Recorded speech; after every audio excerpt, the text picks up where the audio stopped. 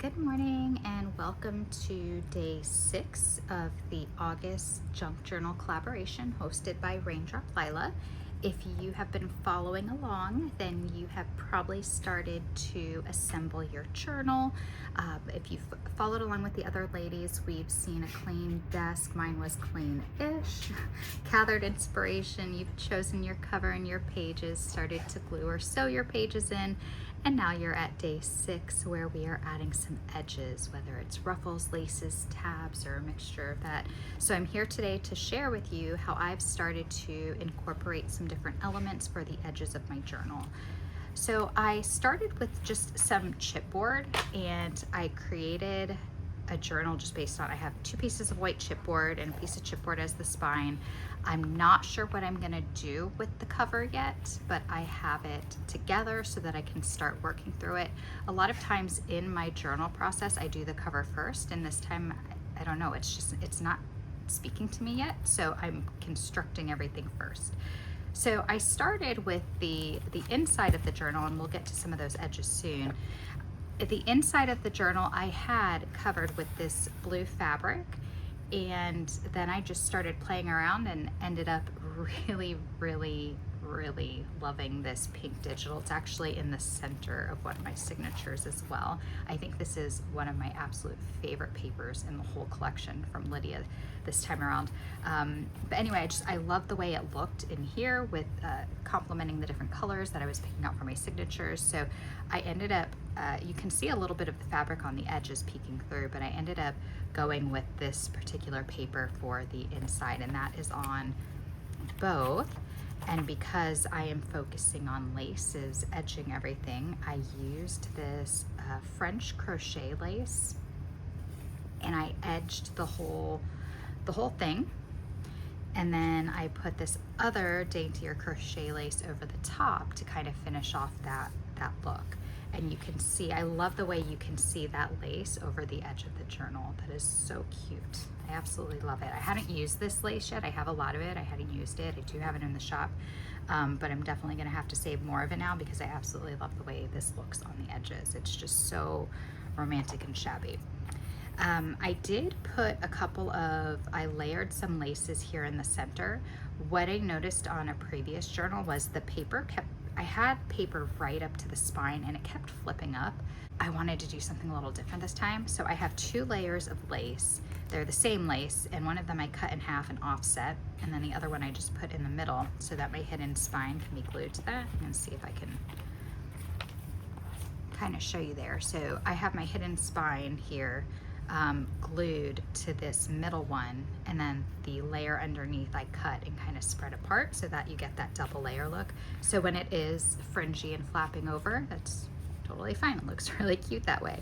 I'm not sure yet if I'm going to do anything on the outside covers, or the inside covers rather, but I love the way this lace edging looks. So I do have a video that will play after this, and it shows me placing the lace on the edges. The biggest tip that I always like to share, and this may not work for everyone, I used to put my lace down a little bit at a time, making sure it was straight as I went, and for me, I get a much better result if I put glue along the whole way. I stretch out my lace, I place it down on the edges, and then I press it down. And you'll see me doing that when I do the fast play on the next portion of this video. I do use Fabri-Tac for my laces. I've used hot glue, I've used a couple of different things, and this is just it's what I always come back to. It's my favorite. It holds well. There's not a whole lot of shine that peeks through, and if there is, like I can see a little bit of shine here from the glue, I'll just put some ephemera over it or something. But yes, so that is my cover. And I have lace on the spine. I've left this part open because I do want to layer a bit more here. I think I'm gonna do some lace flowers as well. I have not decided yet, but that is just kind of open so that I can decide what to do there. I'm also gonna be using this journal, so I'm gonna be crafting along with you guys throughout the month of August. And then I'm gonna be using this journal. I'm part of a battle contest thing over on Whatnot. I was invited by Sisters in Bloom. I'll link them below. If you're on Whatnot, make sure you check them out.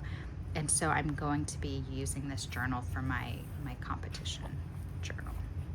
and then it does have to go up for sale. So as I'm making it though, it's making me kind of sad because I really like it. Maybe I'll have to make a different one because I like this one. I like all of them. All right, so I have Fairy Queen pages. I love these book pages. These are my favorite, I think, that I've ever had. They're rag paper from the late 1700s, and they say the Fairy Queen on the top. So I've used one of that. I've reinforced it with some Amity Bloom washi tape. Some of these designs just go perfectly with Lydia's digitals here. I love, she has, in this collection, Lydia has an antique documents section, and you can print it so that you print the front and then you can print the back right on it, so you can, and then you can, I haven't scuffed this one up because I was just using it as a page, but you can totally scuff them up and make them look truly antique if you use, you know, like vintage photo ink or, you know, distressing it, whatever. I did add little bits of lace on all the edges here, so I'll just flip through and show you what I have so far for the edges. I have these tabs here. I've put a couple here. She has these great tabs in this collection, and they're edged with black, and it's just such a great pop of dark color to offset some of the brights, and I love the way it looks. So I'm using some of those throughout. And this one I just folded over and tabbed here. And I've got lace on this side. This one I have another little tab, and I have kind of just like a flip here. I love this lace. I have a couple of spools of this gorgeous French Alencon lace, and I have to list it, but I haven't yet because I just, when I get spools of lace, I just like to pretend they're all mine for a little while before they go in the shop. I have some more laces here that I've layered. I just love the way laces look layered. So that's what I've done for a lot of my edges. Here's another one of those gorgeous tabs with that pop of darkness around the edge. It sets off those bright colors so well. It's so fun. I like this page. I like this layering of laces. And then let me pull back just a little bit. I have a few different laces. And then on the back, I put this purple ruffle, which then shows through to this side, which looks so fun. Let me see, this page stuck to the back. I'll separate this. This page stuck to the back just a little bit. I was hurrying up last night and trying to get this page done before bed. There we go. And then another trick I use, if I do ever glue something down and it doesn't look quite straight enough, I'll just put another little thin dainty lace on the top, and then it just finishes it off nicely. Here's my favorite paper. I put a little bit of, this is the lace I used in the spine on the inside and the outside, and I just made a little pocket using some vintage music sheet. And then here's a couple of tags from her collection that I love that I want to use. And I use this same lace to do a belly band here, and I'm not sure what I'm going to put in yet. It's the other half of the music sheet, so I'll probably do something with that. And then here is this is the lace that I used around the whole inside perimeter of the journal, and I love it. It's so fun. When I first got it, my first thought was, oh, it's like a chunky lace, and I wasn't sure if it was like delicate enough, but when you put it down in a journal, it's such a great lace, and it gives such a balance to some of your finer, more delicate laces. I love the way it looks, and I love the way it looks on this side when you turn it over. And then I think this is kind of where I got to and then paused here. So I have this Alencon lace here on the edge. I like the way that tulle is peeking back through the back side there. And I'll probably add some more laces on here, but this is where I paused for now. I'm almost at the end of this. Yeah, I'm at the end of this first signature here. So I've got a lot of edging done in that first signature. I've got to go on to the second signature and do that. Oh, I have one little piece. I had an extra piece, so I glued it down there. But yeah, so if you haven't already lined your pages, definitely consider putting some laces on there.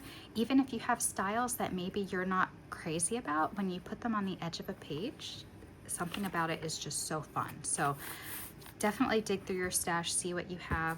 I challenge you to add some lace to the edges of your pages, and I'm going to put a fast play after this of just me decorating some of the pages. It's yeah, it's just going to be silent, and you're just going to see how I place down the laces here. If you have any questions, please don't hesitate to leave a comment below, and I will get back to you. And again, if you haven't already followed along, make sure you're following Lydia. I'll leave the information below. Make sure you're following Lydia here on YouTube as well as on Instagram. And then I'm gonna put a list of all the ladies that are participating in the collaboration so that you can follow along, because it's really a star-studded lineup. So you're definitely in for some great projects coming up. And thank you guys so much for taking the time to watch my video, and I hope that you guys have a great day. Bye.